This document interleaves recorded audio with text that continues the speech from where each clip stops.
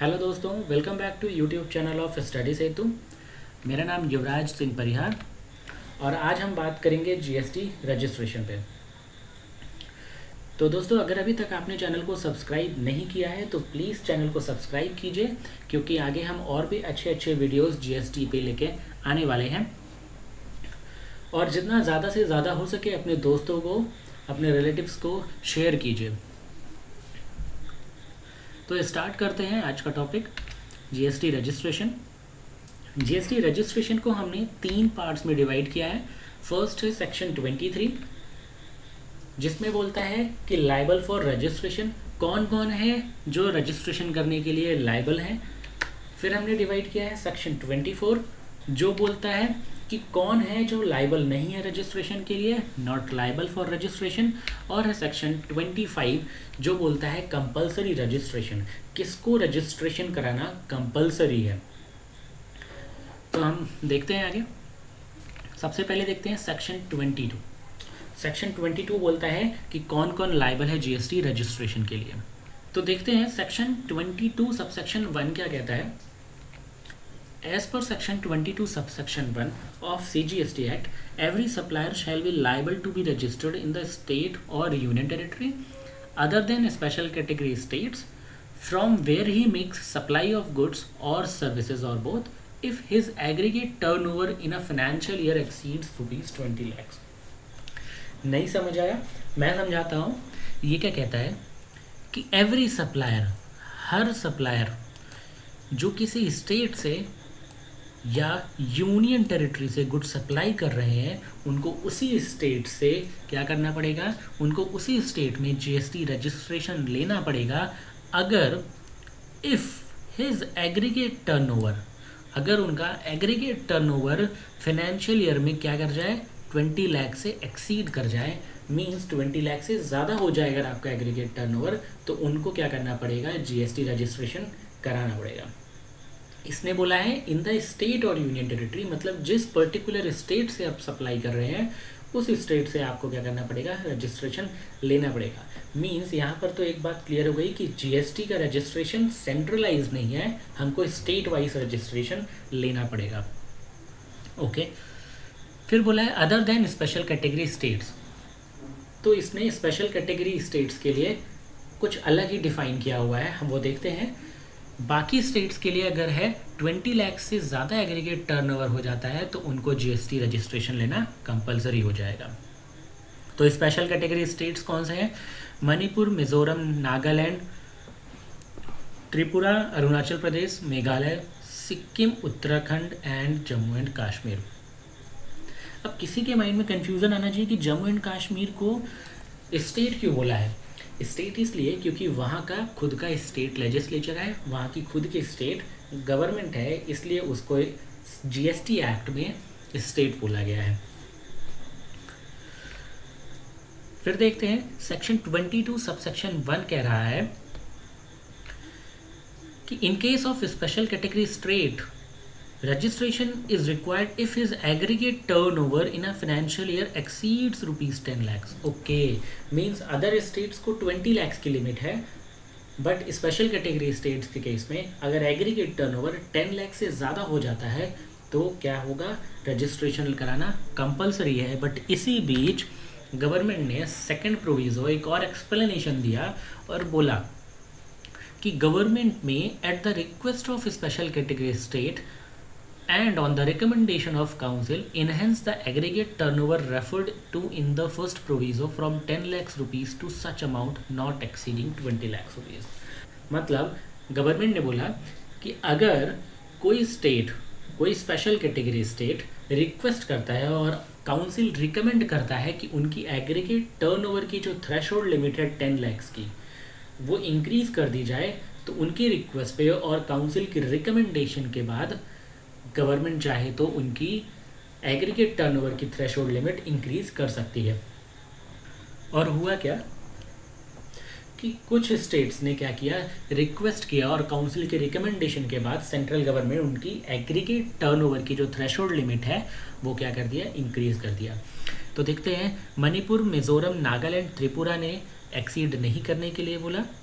तो उनका जो एग्रीगेट टर्नओवर की थ्रेशोल्ड लिमिट है वो स्टिल 10 लाख है, बट जो अदर स्पेशल कैटेगरी स्टेट्स हैं उनकी लिमिट क्या हो गई है, 20 लाख हो गई है। Means other than Manipur, Mizoram, Nagaland and Tripura, बाकी जो स्पेशल कैटेगरी स्टेट्स हैं उनकी लिमिट क्या है, 20 लाख है। अगर आप उस स्टेट में एग्रीगेट टर्नओवर 20 लाख से एक्सीड कर जाता है तो जीएसटी रजिस्ट्रेशन कराना कंपलसरी हो जाएगा, और अदर स्टेट्स में तो 20 लाख है ही। आगे देखते हैं, तो देखते हैं एग्रीगेट टर्नओवर क्या है। एग्रीगेट टर्नओवर हम कैसे कैलकुलेट करेंगे, तो देखते हैं क्या इंक्लूड होता है उसमें।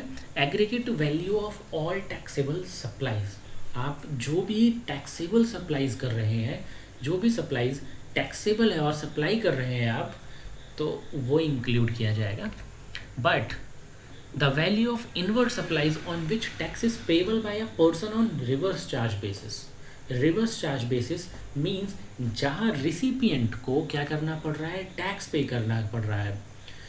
सपोज कि सपोज राम ने मुझे गुड्स सप्लाई किया और उस केस में मैं रिसिपिएंट हूँ और मुझे टैक्स पे करना पड़ रहा है गवर्नमेंट को, तो जो सप्लाई मुझे हो रही है वो मेरा टर्नओवर नहीं है, इसलिए मैं उसको एग्रीगेट टर्नओवर में इंक्लूड नहीं करूँगा।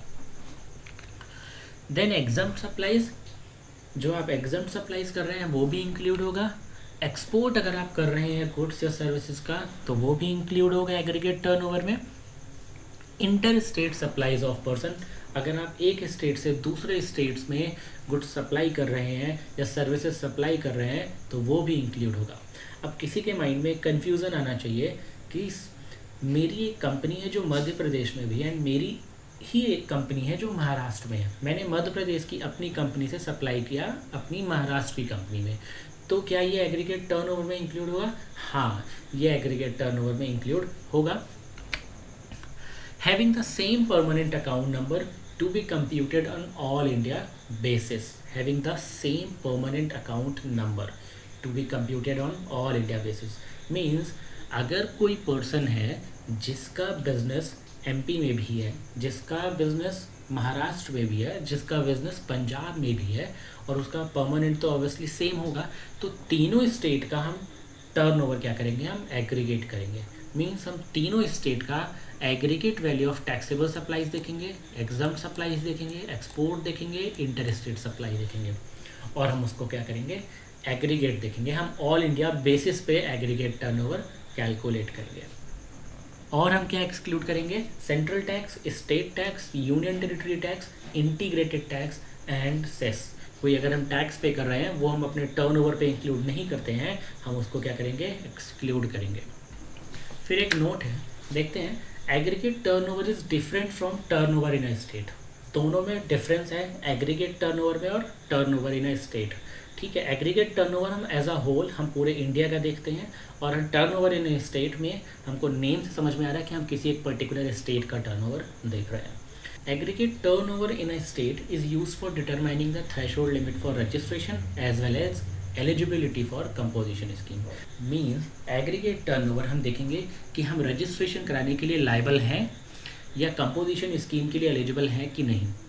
बट जब हम कंपोजिशन स्कीम के लिए टैक्स कैलकुलेट करेंगे तो हम वो टर्नओवर इन अ स्टेट पे कैलकुलेट करेंगे। फिर the value of exported goods and services, exempted goods, services, interstate supplies between distinct person having the same PAN would added to aggregate turnover. ये मैंने explain कर दिया था पहले ही कि अगर सेम पर्सन की फैक्ट्री एमपी में भी है एंड महाराष्ट्र में भी है, एंड एमपी से एंड महाराष्ट्र में ट्रांसफ़र होती है गुड्स या सप्लाई होती है गुड्स या सर्विसेज की, तो उसको हम क्या करेंगे, इंक्लूड करेंगे एग्रीगेट टर्नओवर में, क्योंकि वो पर्सन क्या है, डिस्टिंक्ट पर्सन है। फिर देखते हैं सेक्शन 23। सेक्शन 23 बोलता है नॉट लाइबल फॉर रजिस्ट्रेशन। कौन है जो लाइबल नहीं है रजिस्ट्रेशन के लिए? तो any person engaged exclusively in the business of supplying goods और सर्विसेज और both that are not taxable और wholly exempt from tax. Means अगर आप इंगेज्ड हैं एक्सक्लूसिवली किसकी सप्लाई में, नॉन टैक्सेबल गुड्स या सर्विसेज की, या जो होली एग्जम्प्ट है गुड्स एंड सर्विसेज, उसकी आप अगर सप्लाई कर रहे हैं एक्सक्लूसिवली, तो आपको रजिस्ट्रेशन कराने की कम ज़रूरत नहीं है, क्योंकि उस केस में आपको टैक्स पे करने की ज़रूरत नहीं है। देन अगर आप एग्रीकल्चरिस्ट हैं बट उस केस में सिर्फ अगर आप इंडिविजुअल हैं या HUF हैं तो आपको क्या करना है, रजिस्ट्रेशन लेने की ज़रूरत नहीं है। बट अगर आप प्रोड्यूसर कंपनी फॉर्म करके आप एग्रीकल्चर एक्टिविटी परफॉर्म करते हैं, कल्टीवेशन करते हैं लैंड पे, तो आपको GST रजिस्ट्रेशन लेना पड़ सकता है अगर आप थ्रेशोल्ड लिमिट एक्सीड करते हैं। बट हमको पता है कि सेंट्रल गवर्नमेंट चाहे तो नोटिफिकेशन इशू करके and after recommendation of council किसी पर्सन को भी चाहे चलो एग्जम्प्ट कर सकता है। तो गवर्नमेंट ने अंडर सेक्शन 23 सब सेक्शन 2 एक नोटिफिकेशन इशू किया, और नोटिफिकेशन में क्या लिखा कि threshold limit for registration for those engaged in exclusive supply of goods. अगर आप एक्सक्लूसिव सप्लाई कर रहे हैं गुड्स की, आप सर्विसेज नहीं कर रहे हैं सप्लाई, सिर्फ आप गुड्स की सप्लाई कर रहे हैं, तो उस केस में आपका जो थ्रेशोल्ड लिमिट है वो 20 लाख से क्या हो जाएगा, 40 लाख हो जाएगा। मीन्स आपका जो एग्रीगेट टर्नओवर वो देखा जाएगा क्या, 40 lakhs, except persons engaged in making intra-state supplies in a state of Arunachal Pradesh, Manipur, Meghalaya, Mizoram, Nagaland, Puducherry, Sikkim, Telangana, Tripura and Uttarakhand. But यहाँ पर अगर स्पेशल कैटेगरी स्टेट्स हैं और वहाँ भले ही आप एक्सक्लूसिव सप्लाई ऑफ गुड्स कर रहे हैं तो भी आपकी वहाँ लिमिट क्या रहेगी, 10 लाख से रहेगी। उस केस में आपकी लिमिट एनहेंस नहीं होगी। यहाँ पर जम्मू एंड कश्मीर को इंक्लूड नहीं किया है, तो जम्मू एंड कश्मीर में अगर आप एक्सक्लूसिव सप्लाई करते हैं गुड्स की तो आपकी लिमिट 40 लाख हो जाएगी, थ्रेशोल्ड लिमिट 40 लाख हो जाएगी। Then except person required to take compulsory registration under section 24। हम देखेंगे 24 में किसको कंपल्सरी रजिस्ट्रेशन कराना है। तो वो पर्सन के लिए ये नोटिफिकेशन एप्लीकेबल नहीं है, उसको तो कंपल्सरी रजिस्ट्रेशन कराना पड़ेगा ही। फिर है except supplier of ice cream and other edible ice whether are not containing cocoa, pan masala, tobacco and manufactured tobacco substitute. Government को इन चीज़ों से सबसे ज़्यादा रेवेन्यू होता है, तो गवर्नमेंट ने बोला इनको हम छूट नहीं दे सकते। इनके लिए जो लिमिट है वो क्या है, जो बाकी स्टेट्स के लिए है वही रहेगी। स्पेशल कैटेगरी स्टेट्स तो 10 lakh, other than special category states तो 20 लाख। फिर एक और नोटिफिकेशन इशू किया है गवर्नमेंट ने, नोटिफिकेशन नंबर 3 मैंने नीचे लिख दिया है। कमेंट सेक्शन में बताइए कि ये नोटिफिकेशन क्या कहता है। फिर देखते हैं कंपल्सरी रजिस्ट्रेशन, किसको रजिस्ट्रेशन कराना तो पड़ेगा ही पड़ेगा, चाहे जो हो जाए। तो सेक्शन 24 बोलता है person making an inter state taxable supply. अगर आप कोई गुड्स या सर्विसेज की जो टैक्सेबल है आप वो सप्लाई कर रहे हैं इंटर स्टेट, तो आपको कराना कंपल्सरी हो जाएगा। बट गवर्नमेंट ने यहाँ पर एक एग्जाम्पशन दे दी कि आपका अगर 20 लाख के नीचे है एग्रीगेट टर्नओवर तो कराने की ज़रूरत नहीं है। और अगर स्पेशल कैटेगरी स्टेट्स जिन्होंने 10 लाख की थ्रेशोल्ड लिमिट ऑप्ट की है, तो उस केस में अगर 10 लाख के नीचे है आपका एग्रीगेट टर्नओवर तो भी आपको कंपल्सरी रजिस्ट्रेशन कराने की ज़रूरत नहीं है। Okay, then casual taxable person, अगर आप कैजुअल टैक्सेबल पर्सन है तो आपको वहाँ पर कंपल्सरी रजिस्ट्रेशन कराना पड़ेगा। फिर है person who is required to pay under reverse charge basis, means जहाँ एज अ रेसिपिएंट आपको टैक्स पे करना पड़ रहा है तो उस केस में आपको रजिस्ट्रेशन कराना कंपल्सरी है। फिर है ई कॉमर्स ऑपरेटर, अगर आप ई कॉमर्स है ऑपरेटर हैं तो आपको कंपल्सरी रजिस्ट्रेशन कराना पड़ेगा। Non resident taxable person making taxable supply, अगर कोई नॉन रेसिडेंट टैक्सेबल पर्सन है और सप्लाई कर रहा है जो टैक्सेबल है तो उसको भी कंपल्सरी रजिस्ट्रेशन कराना पड़ेगा।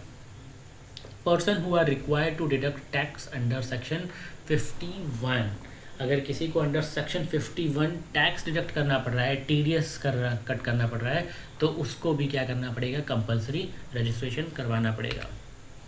Person who makes taxable supply whether as an agent और अदरवाइज, मीन्स अगर कोई एजेंट क्या कर रहा है, प्रिंसिपल के बिहाफ पे गुड्स सप्लाई कर रहा है या सर्विसेज सप्लाई प्रोवाइड कर रहा है, तो उस केस में उसको रजिस्ट्रेशन कराना कंपल्सरी होगा।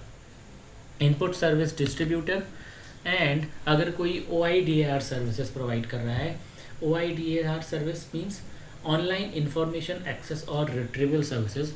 फॉर एग्जांपल गूगल सर्वर है या अमेज़ॉन सर्वर है, वो फॉरेन में है, कोई अदर कंट्रीज़ में है, और हम यहाँ से इंडिया से हम वो सर्विसेज को क्या कर रहे हैं, एक्सेस कर रहे हैं। उस सर्विसेज में जो डेटा स्टोर है हम उसको क्या कर रहे हैं, एक्सेस कर रहे हैं। और ये सर्विसेज जो प्रोवाइड करती है एक्सेस करने के लिए, वो सर्विसेज क्या कहते हैं, OIDAR सर्विसेज। तो ये क्या होगा, कंपल्सरी रजिस्ट्रेशन कराना पड़ेगा। And such other notified person. I hope आपको सेक्शन 22, 23 एंड 24 क्लियर हो गया होगा। इससे रिलेटेड कुछ एग्जाम्पल हम नेक्स्ट वीडियो में कवर करेंगे। प्लीज़ कमेंट सेक्शन में बताइए अगर कोई नोटिफिकेशन गवर्नमेंट ने इशू किया, जिससे हम उसको नेक्स्ट वीडियो में डिस्कस कर सकें एंड बाकी लोगों को भी पता चल सके।